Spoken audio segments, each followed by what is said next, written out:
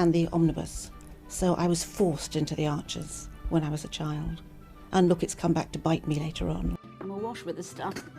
The Archers is the world's longest-running radio show, with more than 15,000 episodes broadcast. Despite being a rural flavour show, The Archers is recorded in the heart of... Welcome back to the Deep Dive. Today we're really digging into the pressures within a tight-knit community.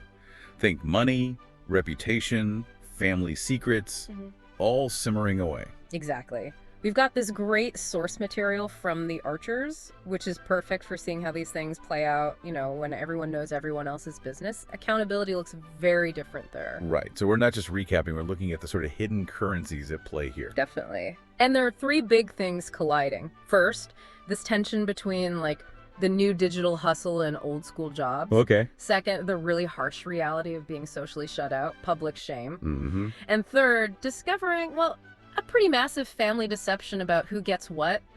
Legacy stuff. Okay, let's start with that first one. The whole digital economy versus, I guess, emotional baggage. We see it straight away with Amber and George. Yeah. George kind of casually suggests Amber should quit her day job. Says her influencer stuff is going so well. Which sounds supportive on the surface, maybe? Well, maybe, but Amber shuts that down fast. She points out that influencing is, quote, still a dream. It's not paying the bills yet. George doesn't seem to get the sheer amount of work involved. And she puts a number on it, doesn't she? That being away from her phone for just 3 or 4 hours at her actual job is like being offline for 3 or 4 weeks in social media time. It's relentless. So it's not just a fun side project. It's this high-pressure second job almost. Very unstable. Absolutely. And that's the trade-off, isn't it? The lure of the influencer world versus, you know, a steady paycheck. Amber's trying to juggle both, while George maybe sees the glamour more than the grind. You can see how that financial stress leaks right into their relationship. Oh, totally. Right. Like when Amber offers to pay for a night out. Simple gesture. But George refuses. Says she can't be paying for everything all the time. Sounds like pride. It does, but there's more going on, I think. He's living rent-free at her dad's place, which he admits is amazing. But then he compares it to his own dad. Wealthy guy, apparently, but really tight, actually charged him rent. Wow, okay. That context changes things. That Yeah. history with his dad, it sounds like it left some scars. For sure. And you see him almost projecting that onto Amber. He asks her straight up if she only moved in because the rent was free. Ouch.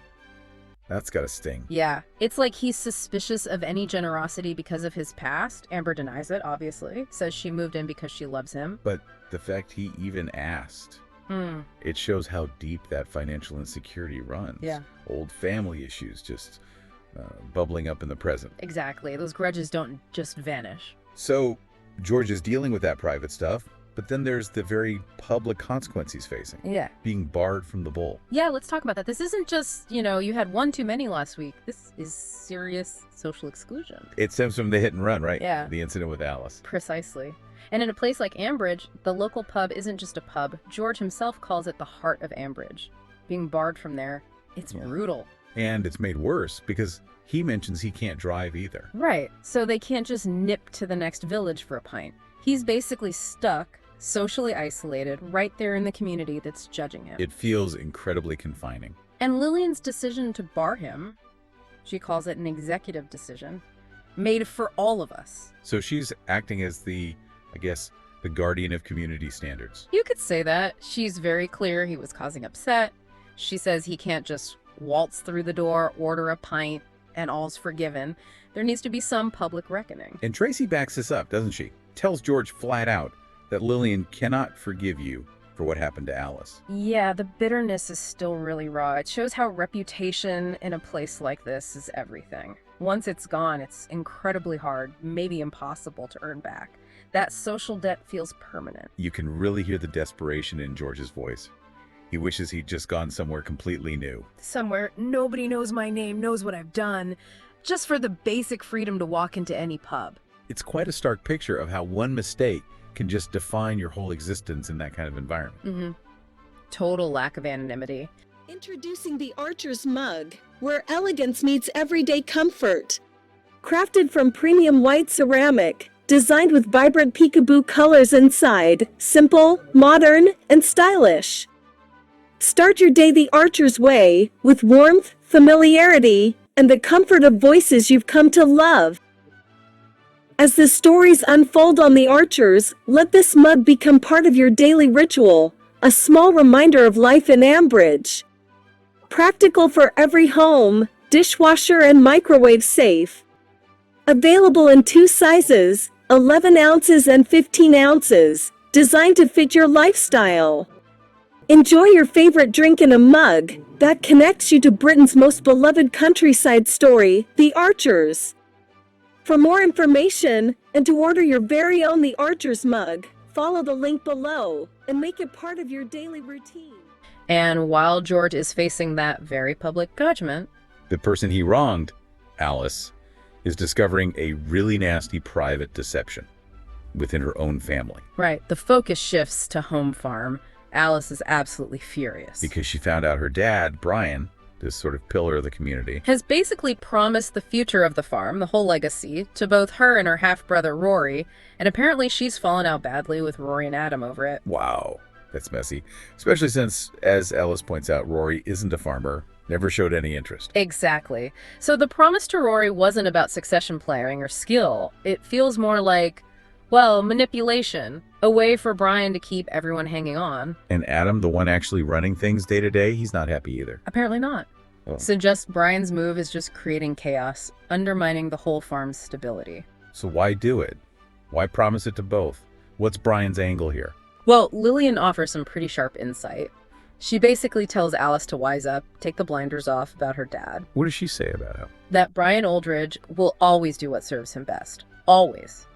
By keeping both Alice and Rory dangling, neither can really move forward. They stay dependent on him. Ah, so it's about control. Maintaining his power by keeping the inheritance uncertain. Classic manipulation tactic, really. Divide and conquer, keep himself central. Lillian even points out that Rory's very existence is proof of Brian's dishonesty in the past. It's a pattern. So the farm's future isn't based on what's best for the business, but on Brian's personal maneuvering. That puts Alice's inheritance on shaky ground. Totally. Quicksand, as he said earlier. And it's fascinating, isn't it? George is punished publicly for a visible wrong. Brian's manipulation is private, hidden, arguably much more damaging long-term to his own family, but he's still seen as the patriarch. Yeah, the contrast is stark. Public accountability versus private impunity, almost. Mm-hmm. Okay, so amidst all this, the money stress, the social exile, the family lies, we get this little moment of, escape with Oliver. Yeah, it's quite sudden. Tracy says something simple to him. Life's short. And just like that, he decides he's flying to New York to see his daughter, Alana. Spontaneously. It's a real contrast to everyone else who seems trapped by obligations or calculations. Oliver just goes for connection. It even messes up his own surprise party plans, right? It does, yeah. Though they're trying to arrange something else, maybe with his foster kids. But it shows him prioritizing this relationship now. But that decision also seems to stir up some pain for him about his other children. Oh, definitely. He actually says he's jealous of Brian's relationship with Alice, despite everything Brian's done. That's quite a confession. It is. He admits he has no contact with 2 out of 3 of his own children. Says, they just don't want to know me. You can feel the weight of that separation. God, that's heavy. Yeah. The finality of that. And then Alice, who's just had her world rocked by her own father's deceit. She has this moment of perspective. What did she say? She acknowledges Brian has made awful mistakes, but then adds he's been a lot luckier because his kids, well, they're still actually talking to him. Wow. That really ties it all together, doesn't it? It really does. For Alice, even a flawed, damaged connection is still a connection. For Oliver, his past actions led to complete silence.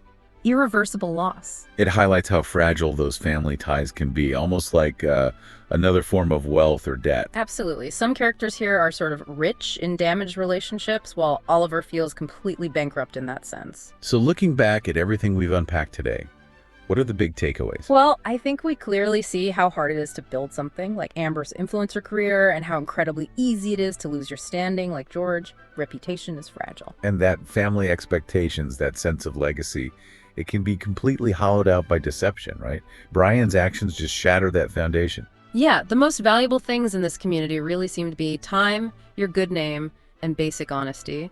And we've seen characters struggling desperately with all 3.